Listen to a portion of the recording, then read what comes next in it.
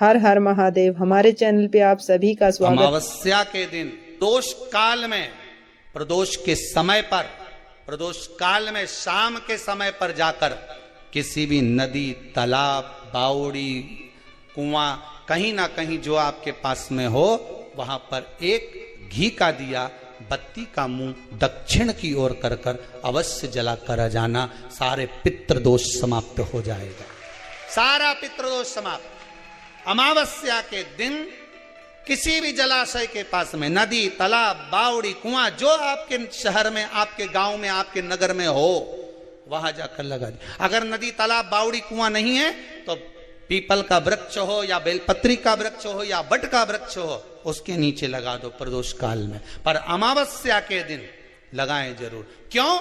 क्योंकि अमावस्या के दिन पितृ शाम के समय प्रदोष काल में शंकर भगवान का नाम जाप कर कर नदी, तालाब, बावड़ी पर पानी पीने जाते हैं। वहां से जल का आचमन कर कर पितृ अपने लोक को चले जाते हैं प्रदोष काल के समय पर। इसलिए प्रदोष काल में जलाशय के पास में, बावड़ी, कुआं, नदी, तालाब के किनारे पर दिया लगाया जाता है दक्षिण की ओर मुख कर कर बत्ती का। तो पितृ आशीर्वाद देते हुए जाते हैं कि फलो फूलो, आगे बढ़ो, उन्नति करो, तरक्की करो। ये पितरों का आशीर्वाद रहता है, पितरों का वर रहता है। आप देंगे उसको मिलेगा। पितृदोष है, ये आपको कैसे मालूम पड़ेगा?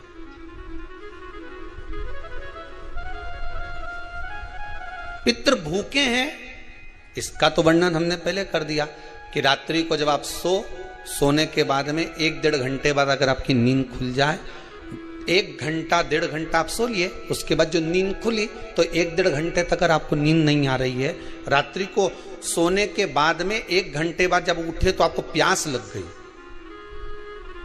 भूख लगने लगी, प्यास लगने लगी कि मेरे को पानी पीना पड़ेगा, घबराहट हो रही, पानी पीना पड़ेगा।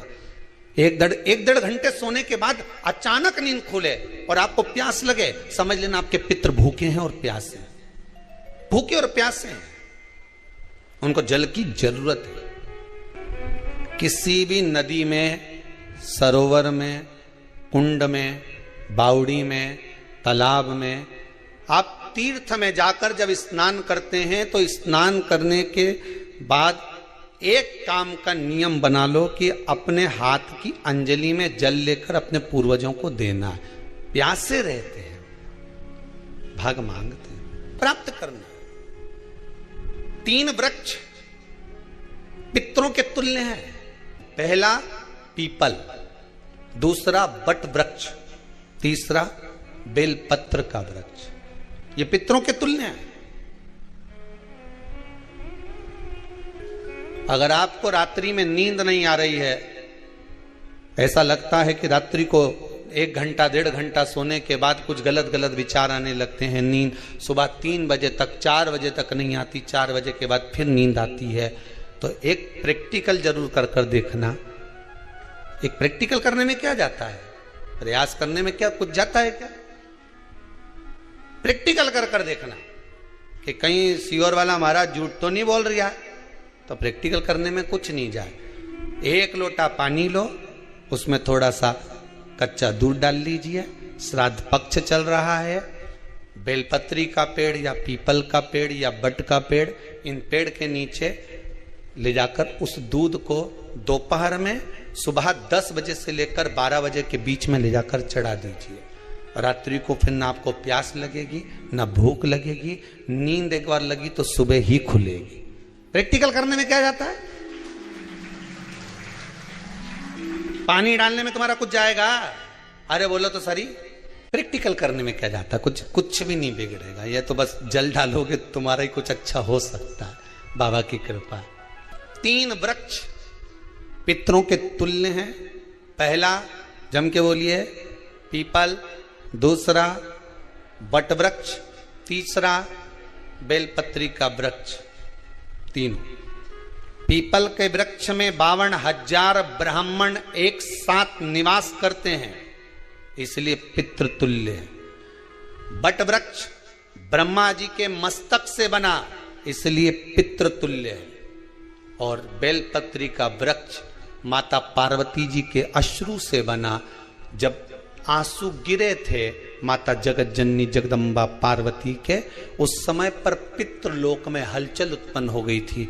हमारी नातिन की आंख में आंसू कैसे आ गए? मैनावती की पुत्री है,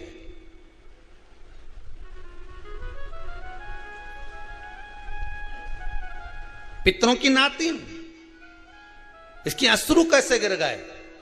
पार्वती जी ने कहा ये आंसू नहीं, मेरा पुण्य भाग प्रकट करती हूं बेलपत्री के रूप में। तो पितरों ने वर दिया था कि ये बेलपत्री का वृक्ष हमारा आशीर्वाद है, इसके नीचे अगर कोई दीप लगाता है, शिव को स्पर्श कर चढ़ाता है, उसके पितरों की शांति होगी। हम स्वयं उसको आशीर्वाद देने के लिए पधारेंगे। बेलपत्र का वृक्ष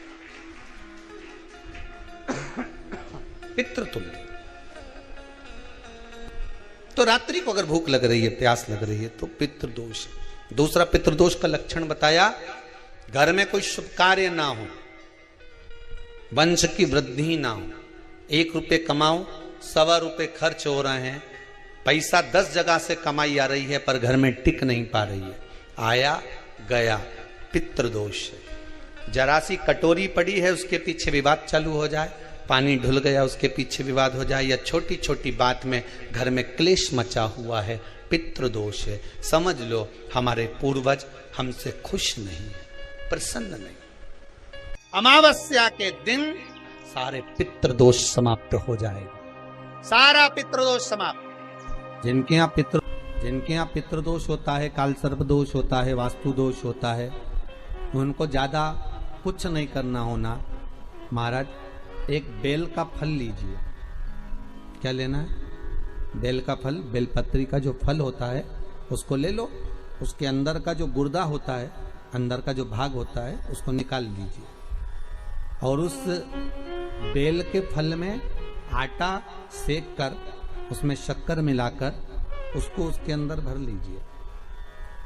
अमावस्या के दिन सुबह 10 बजे से पहले उस बेल फल में, जिसमें तुमने पंजेरी भरी है, आटा सेक कर भरा है शक्कर के साथ में, उसको अपने घर में घुमाने के बाद में जिसको काल सर्प दोष बताया है, पितृदोष बताया है या वास्तु दोष का स्मरण बताया है, घर में सब दूर घुमाकर अपने परिवार का हाथ का स्पर्श कराकर पीपल के पेड़ के नीचे खड्डा खोदकर उस बेलपत्र के उस फल को दाब दीजिए, उस फल को उसमें दबा दीजिए।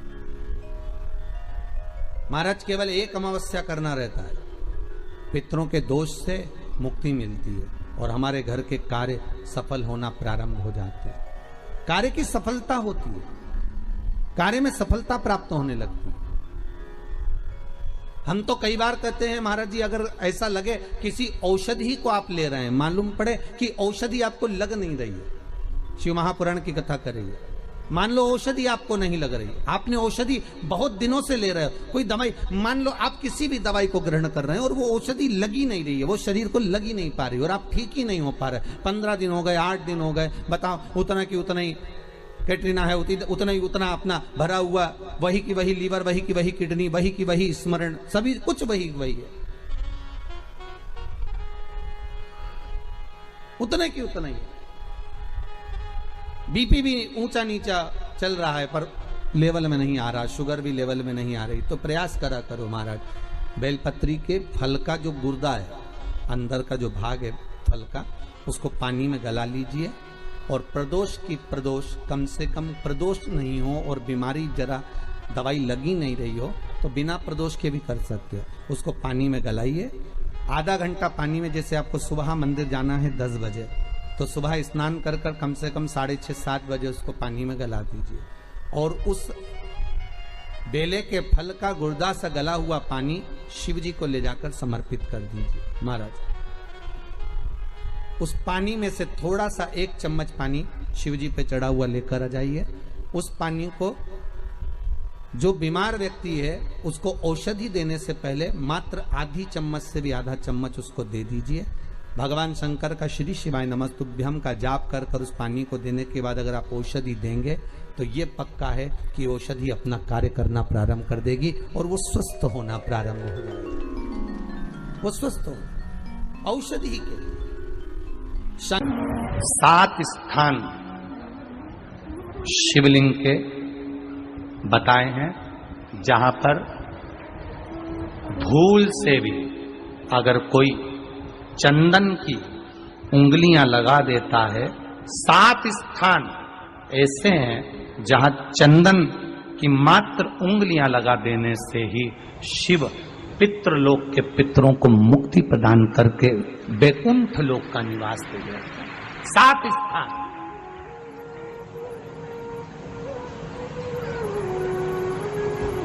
और वो 7 स्थान जो चंदन के बताए गए हैं, पहला भगवान देवाधिदेव महादेव के शिवलिंग पर चंदन का लेपन। समझ लेना जरा बहुत अच्छे से। आपको लगता है स्वप्न में कोई मुर्दे दिख रहे हैं, या कोई जल रहा है, या कोई मर रहा है, या कोई चला गया है, ऐसा भय लगता है।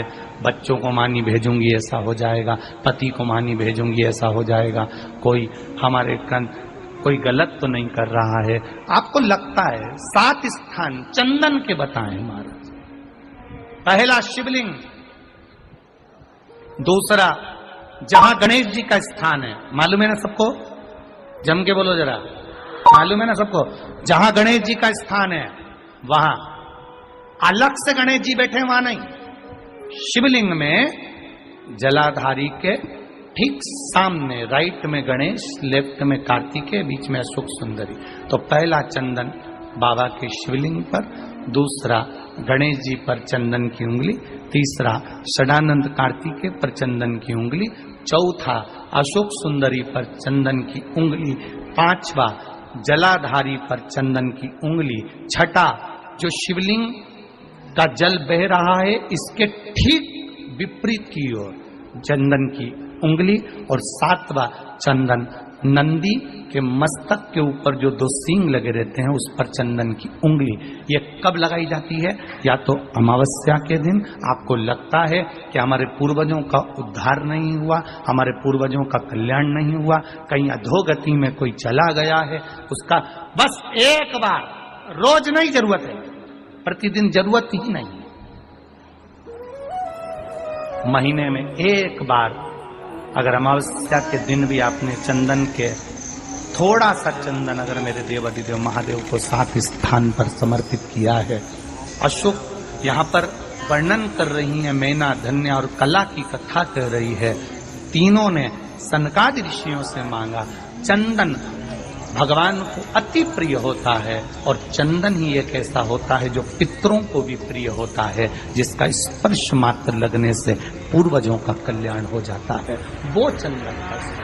अमावस्या के दिन जो नदी, तालाब, बावड़ी, कुआं किसी भी एक जगह पर अपने पूर्वजों का नाम लेकर शाम के समय पर दिया लगाएगा, ये मेरा विश्वास रहता है, उसके लिए कुबेर भंडारी भंडार जरूर बनेगा, पितृ भंडार जरूर बनेंगे।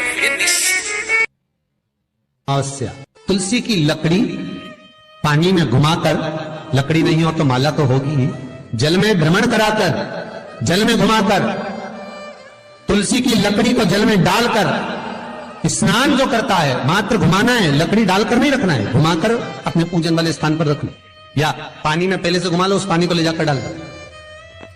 अमावस्या स्नान जो जीव करता है, शिव महापुराण की कथा कहती है, जितनी वर्ष में सोमती पड़ती है, सोमती अमावस्याएं पड़ती हैं, शनिचरी अमावस्याएं पड़ती हैं, सारी अमावस्या का पुण्य उस जीव के खाते में चला जाता है। तो अच्छे से ध्यान रखिएगा, आप ब्राह्मण को भोजन कराएं ना कराएं, आपने धूप छोड़ी ना छोड़ी वो पता नहीं, गाय को रोटी दी ना दी, स्वान को भोजन दिया ना दिया, कौवे को भोजन दिया ना दिया, चलेगा। पर अमावस्या के दिन, उस दिन प्रदोष काल में, प्रदोष के समय पर, शाम के समय पर जाकर किसी भी नदी, तालाब, बावड़ी, कुआं, कहीं ना कहीं जो आपके पास में हो, वहां पर एक घी का दिया, बत्ती का मुंह दक्षिण की ओर कर कर अवश्य जला कर जाना, सारे पितृ दोष समाप्त हो जाएगा। से निवेदन है, माताओं से निवेदन है, मान लो आपको कोई ब्राह्मण देवता ने कहा कि आपके यहाँ पितृ दोष है, तो आपको घबराना नहीं है कि महाराज जी मुझे क्या करना पड़ेगा। पितृ दोष है, एक चावल का दाना घर में से लीजिए, हथेली पर रखिए। पानी का जो मटका होता है, हंडा होता है, पानी का जो मटका है, हंडा है, जहां पर रसोई घर में तुम पानी रखते हो, उस हंडे के पास में, मटके के पास में उस चावल के दाने को लेकर जाइए। अपने पितरों का स्मरण कर स्वधा स्वधा स्वधा स्वधा स्वधा 5 बार बोलकर शंकर भगवान की शिवलिंग पर, तुम्हारे घर में शिवलिंग हो तो घर में, और अगर मंदिर में शिवलिंग हो तो मंदिर में, उस चावल के दाने को चढ़ा दीजिए। कैसा भी पितृदोष होगा समाप्त हो। कि गाय जब अपने बछड़े को दूध पिलाए और बछड़े के मुख पर जो फेन आए, उस फेन को अमावस्या के दिन दोपहर में 12 बजे चम्मच में लेकर, जो बच्चा चिड़चिड़ करता हो या पढ़ाई में मन नहीं लगता हो या दिमाग थोड़ा सा कमजोर हो, डॉक्टर के इसका विवेक काम नहीं कर रहा, हर हर महादेव। हमारे चैनल पे आप सभी का स्वागत।